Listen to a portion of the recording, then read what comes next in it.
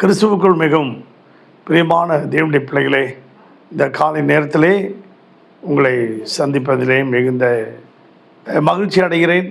கர்த்தர் ஒவ்வொரு நாளும் நம்மை போஷித்து பாதுகாத்து பராமரித்து வருகிறதை நினைத்து கர்த்தரை ஸ்தோத்திரிக்கிறேன். சென்னையில் வேளச்சேரியில் உள்ள ஏலி மேஜி சபை வழங்கும் மனிதன மன்னா. இன்றைக்கு தியானத்துக்கு எடுத்துக்கொண்ட வேத வசனம் நீதிமொழிகளின் புஸ்தகம் 14:30. சொஸ்த மனம் உடலுக்கு ஆரோக்கியம், பொறாமையோ எலும்புருக்கி என்பது வேதம் சொல்கிறது. ஒரு அப்பார்ட்மெண்ட்ஸில் இணைபிரியாத நண்பர்கள் இருந்தார்கள்.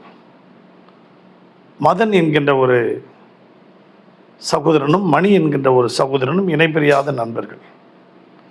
இருவரும் நன்றாக ஒன்றாக பழகி வந்தார்கள். ஒரு நாள் மதன் நல்ல ஒரு பழைய காரை வாங்கிட்டு புது கார் வாங்கினோடனே மணிக்கு ரொம்ப கொஞ்சம் பொறாமை ஆகிடுச்சு. அப்படியே மனசில் பொறாமை வெடிக்குது. அவன் இப்படி ஆகிட்டானே, நம்ம என்ன செய்யறது அப்படின்ட்டு. அடுத்த நாள் மதன் தன்னுடைய மகனுக்கு ஒரு சைக்கிள் வாங்கி கொடுத்துருக்கிறாரு. ஐயோ, அவன் மகனுக்கு சைக்கிள் வாங்கி கொடுத்தானே, நம்ம எப்படியாவது கடனை வாங்கி நாம் எப்படியாவது ஒரு பைக்கு வாங்கி கொடுக்கணும் நம்ம மகனுக்கு அப்படின்னு சொல்லி கடனை வாங்கி பைக்கு ஒன்று வாங்கி கொடுத்துட்டான். அடுத்தபடி பார்த்திங்கன்னா, அவன் வீட்டில் பூந்தோட்டம் பயங்கரமாக பூத்து குலுங்குது. இவன் உடனே எப்படியாவது ஒரு தொட்டியை நீர் தொட்டி ஒரு பைப்பை வாங்கி பம்பு செட்டை வாங்கி தோட்டத்தில் பூக்கள்லாம் கொண்டு வந்து வச்சான். இந்த மாதிரி டே நைட்டெல்லாம் பார்த்தா தூக்கமே வராது. அப்படின்னு ஜன்னலை திறந்து அவன் எதிர்க்க தான் மதன் வீடு. என்ன செய்கிறான், எது செய்கிறான் அப்படின்னு இதே ஆராய்ச்சி செய்கிறது தான் இவனுடைய வேலை. சில பேருடைய வாழ்க்கையில் இப்படி தான், அடுத்தவங்க மேலே பொறாமை கொண்டு அடுத்தவங்க என்ன செய்கிறாங்க, அடுத்தவங்க கண்ணில் என்ன இருக்குது, அடுத்தவங்க வாழ்க்கையில் என்ன இருக்குது, இதே தான் பண்ணிகிட்டு இருப்பாங்க சில பேர். அவன் பாருங்கள், ஒரு நாள் திடீர்னு மணிக்கு ஹார்ட் அட்டாக் வந்துருச்சு. ஹார்ட் அட்டாக் வந்தவுடனே ஆஸ்பத்திரியில் கொண்டு போய் சேர்க்குறாங்க.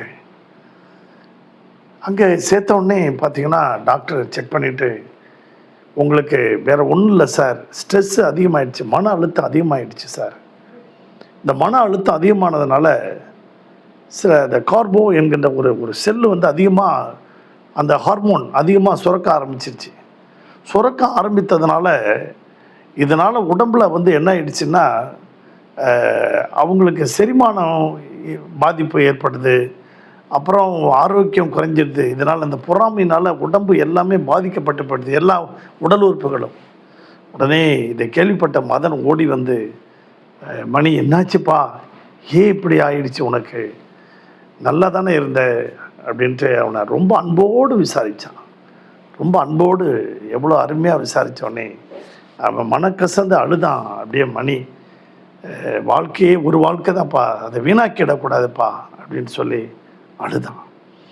ஆம்பிரியமான தேவனுடைய பிள்ளைகளே, இதுதான் பொறாமையோ, அதுக்கு எதிர்த்து நிற்க யாராலும் முடியாது என்று சொல்லி இதை சம்பந்தப்பட்ட வேதத்தில் பார்த்திங்கன்னா 1 சாமுவேலின் புஸ்தகம் 18ஆம் அதிகாரத்தில் தாவீது அங்கே பெலிசரை கொண்டு வருகிறான். அதை பார்த்த இஸ்ரவேல் சகோதரிகள் எல்லாம் மேல தாளத்தோடு தாவீதை வரவேற்கிறாங்க. ரொம்ப பாட்டு பாடி, தாவீது கொன்றது, சவுல் கொன்றது 1000, தாவீது கொன்றது 10000 அப்படின்னு சொல்லி அப்படியே புகழ்ந்து பாடி தள்ளுறாங்க. இப்பொழுது சவுலுக்கு மனம் அப்படியே எரிச்சல் ஆயிடுச்சு.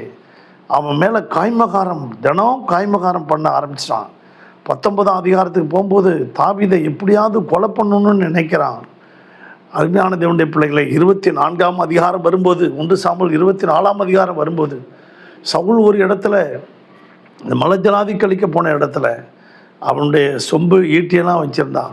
போயிட்டு தாவீது ஒரு அப்படியே அந்த வஸ்திர தொங்கலை கொஞ்சம் அறுத்துட்டு வந்துட்டு அவனுடைய ஈட்டியும் எடுத்துகிட்டு வந்துட்டான், சொம்பை எடுத்துகிட்டு வந்துட்டான்.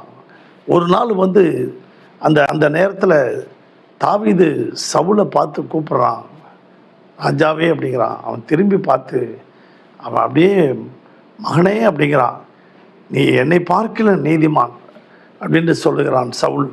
தாவீது சொல்கிறான், நான் என்னை ஒரு தெல்லுப்பூச்சை போட்ட வேட்டையாடுறீங்களே, நான் உனக்கு என்ன செஞ்சேன், நான் ஒரு துரோகமும் உனக்கு செய்யலையே, இப்படி நான் உன்னை கொன்று போடுன்னு நினச்சிருந்தா நான் இன்றைக்கே உன்னை கொன்று போட்டிருப்பேன். ஆனால் அபிஷேகம் பெற்ற மனுஷன் மேலே ஆண்டவர் கொன்று போடக்கூடாதுன்னு கடவுள் எனக்கு சொல்லியிருக்கிறாரு. அபிஷேகம் பெற்ற மனுஷன் மேலே வாயும் போடக்கூடாதுன்னு சொல்லியிருக்கிறாரு. அபிஷேகம் பெற்ற மனுஷனை ஒரு நாள் நான் கொல்லக்கூடாதுன்னு சொல்லியிருக்கிறாரு. அதனால் நான் இப்படி நான் உன்னை செய்யலை. அப்போ தாவீது அந்த சவுல் தாவீதை பார்த்து சொல்கிறான். தாவீது இந்த வார்த்தைகளை சவுலுடைய சொல்லி முடித்த பின்பு, சவுல், நீ என் குமாரனாகிய தாவீதே, இது உன்னுடைய சத்தமல்லவா என்று சொல்லி சத்தமிட்டு அந்த மணி அழுதது போல சவுல் அழுகிறான். நீ எனக்கு நன்மை செய்ததை இன்று விளங்க பண்ணினாய். கர்த்தர் என்னை உன் கையில் ஒப்பு கொடுத்திருந்தும் நீ என்னை கொண்டு போடவில்லை. நீ எனக்கு நன்மை செஞ்ச, நான் தான் உனக்கு தீமை செஞ்சேன். மணி அழுதது போல சவுல் அழுதான். இந்த சத்தத்தை கேட்டுக்கொண்டிருக்க நம்முடைய வாழ்க்கையிலும் நம்மை ஆரோக்கியமாக வைத்துக்கொள்வோமா? நம்மவும் கர்த்தருடைய பிள்ளைகளாக இருக்கோம். யார் மேலேயும் பொறாமை கொள்ளாமல், யாருக்கும் தீமை செய்யாமல், யாருக்கும் கெடுதல் செய்யாமல் நம்ம வாழ்வோமா? கர்த்தர் உங்களை ஆசீர்வதிப்பார். பரலோக பிதாவே, இந்த சத்தத்தை கேட்டுக்கொண்டிருக்க ஒவ்வொரு பிள்ளைகளையும் ஆசீர்வதியும், ஒவ்வொரு குடும்பத்தையும் ஆசீர்வதியும். அவர்கள் தேவைகளை, அவர்கள் விரும்பின காரியத்தை நிறைவேற்றும். ஒவ்வொரு குடும்பத்தையும் வேலையெடுத்து பாதுகாத்துக் கொள்ளும் ஆசீர்வதியும். இயேசுவின் நாமத்தில் பிதாவே, ஆமென். God bless you.